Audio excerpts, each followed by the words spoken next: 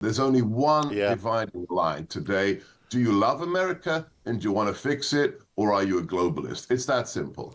Why has Donald Trump announced a 90-day pause in the higher levels of tariffs imposed on all countries except for China? Is it part of some cunning plan to acquire greater leverage over the Chinese, who have been whacked with a new 125% tariff? Or was the president disquieted by the panic in the stock markets, or worried that his voter base would be appalled at higher prices and turn suddenly into panicans, as Trump once put it? Or was it the consequence of pressure from the free traders within his own camp? And what will happen next? Isn't it a fascinating time to be alive?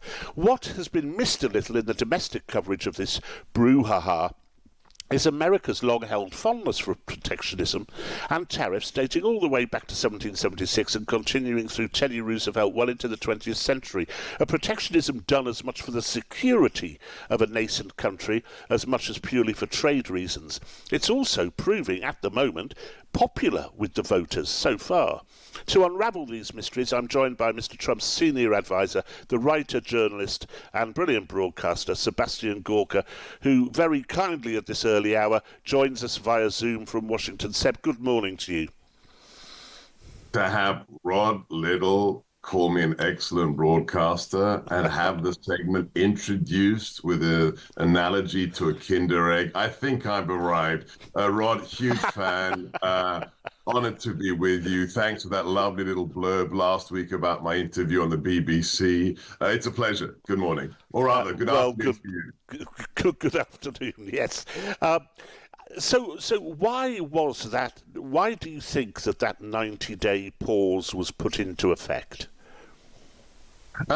It's funny how people in the mainstream media are obsessed with that one detail, or they keep asking me, so when's it going to change? What's the deadline? When are people going to get their deals? It's not about the vagaries of the framework. Everything is about the end result. I tell people, whether you love my boss or you don't, you've got to read the art of the deal. And this is the quintessence of the art of the deal. We make an earth-shattering statement that says we're not going to be the world's piggy bank anymore.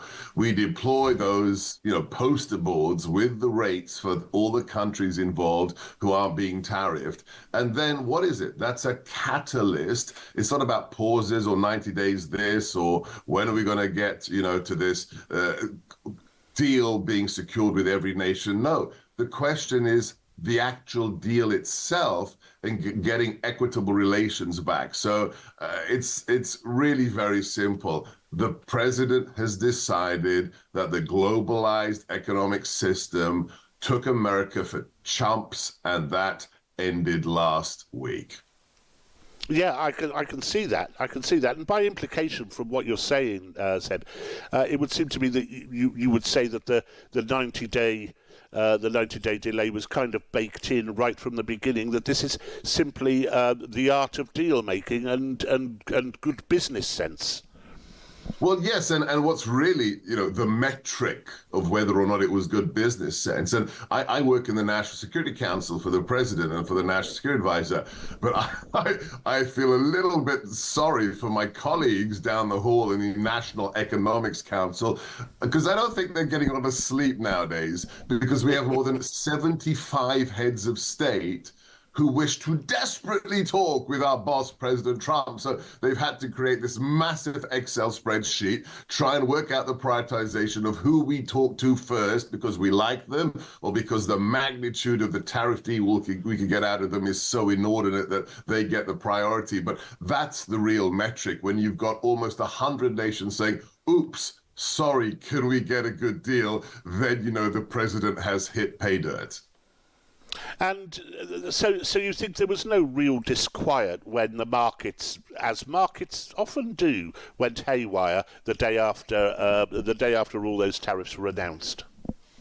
Well, there was disquiet, but there's disquiet amongst who? The people who have the vested interest for the system remaining as it is, the status quo individuals. The majority of Americans don't have stocks and shares. Their life is not dedicated to, Wall Street. It's the price of a gallon of petrol that makes a difference to them.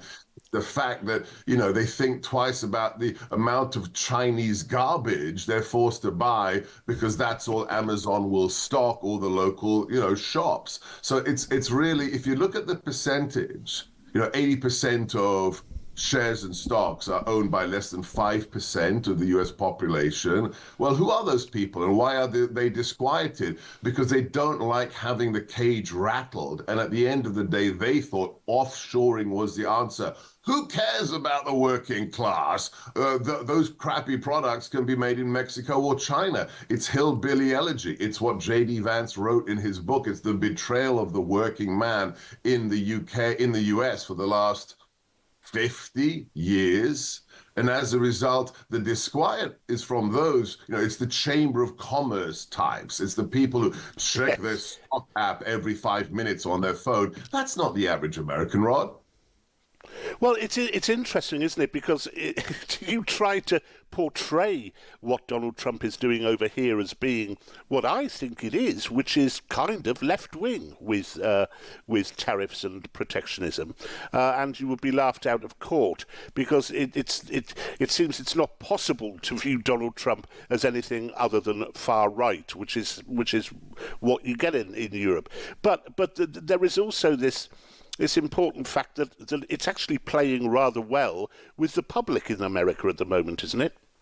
Oh, absolutely. Absolutely. Let me tell you a story that illustrates what the mainstream legacy media will never tell you is the truth about President Trump. The individual they say is, Mussolini-esque. This individual is now more popular with working class Americans than any Republican candidate or president in living memory. I traveled with him 7 years ago on Air Force One to a campaign event in Youngstown, Ohio.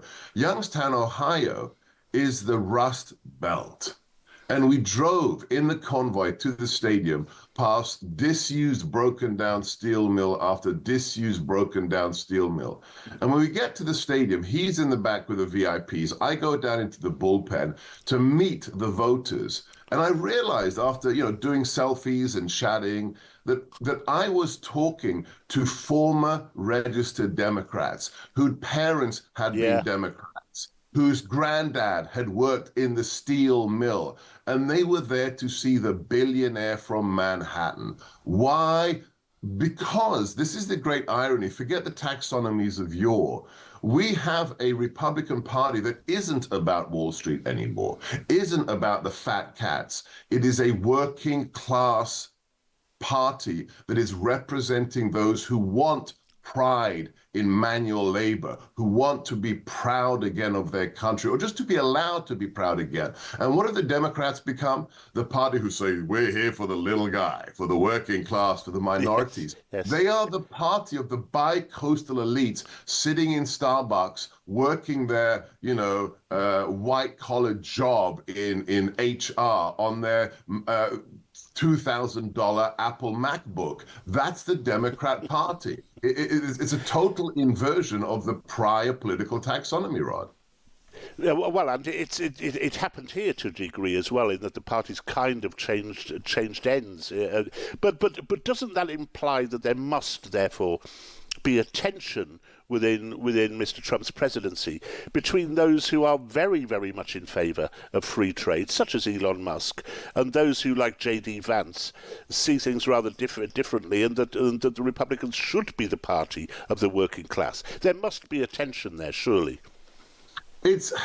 I don't think anybody looks at it in those Marxist terms. We don't use class as the prism through which we analyze the really pressing issues of the day. The number one issue, and this is what the quote-unquote experts who told us, vaccines will mean that you'll never catch COVID. The experts want to put President Trump and his administration in a box. They want to put a label on it and say, he's a this, he's a that. He's not. It's one metric alone for this administration: love of country.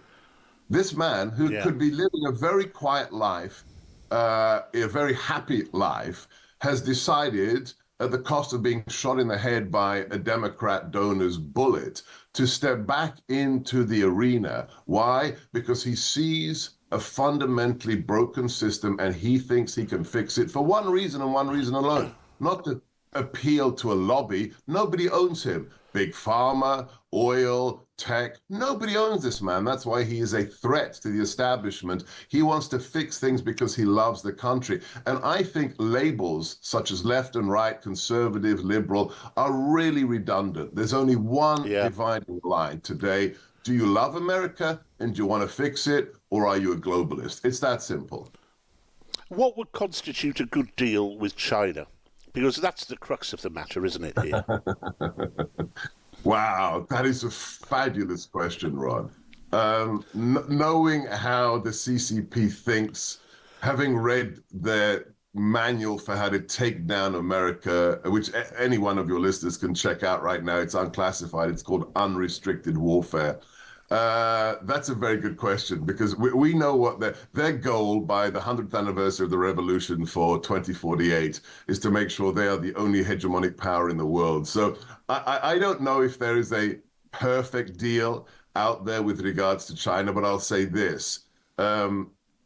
We are going to wait and get a deal that makes sure that China does not exploit the global system in a fashion that is egregiously unfair to American companies and workers. Let me leave it at that.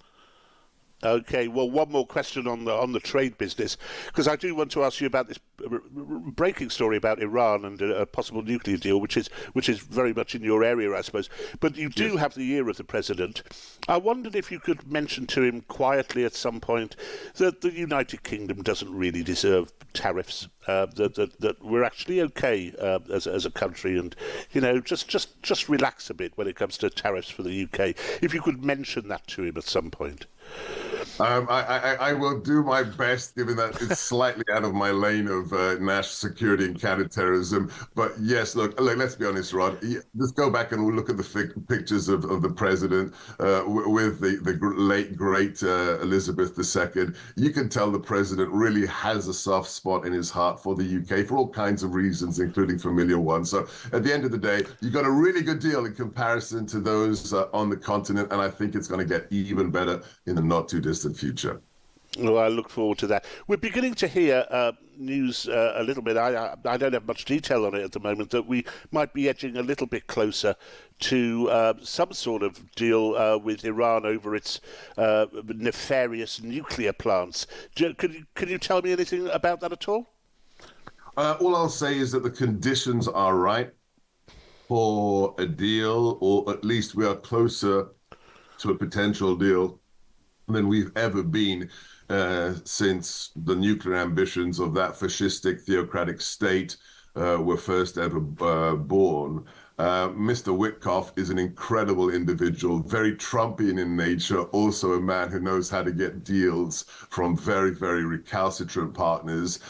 Tehran is in trouble economically. We have a so-called max pressure sanctions campaign. On top of that, after the disastrous loss of life, the greatest since the Holocaust that occurred on October the 7th, Israel has drastically rewritten geopolitically the map of the Middle East. So all of these pressures together mean that right now, today, as we speak, Rod, there is actually a chance for a big deal.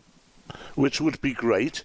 And just finally, before I let you go to breakfast, do you agree with General Kellogg when he says that Ukraine could be partitioned like Berlin was at the end of the Second World War? Or was that just a misquote?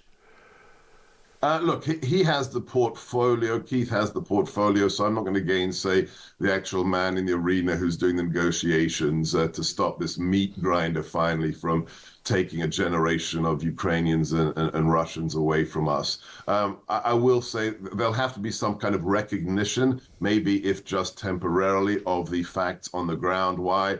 Because those are the facts on the ground. But I think everyone should welcome the fact that we are not only close to a deal with Iran, but potentially close to a deal on stopping the churn of death that is the Ukrainian war. Sebastian Gorka, thanks so much for getting up for us. Very grateful to you. Deputy Assistant to US President Donald Trump, Sebastian Gorka.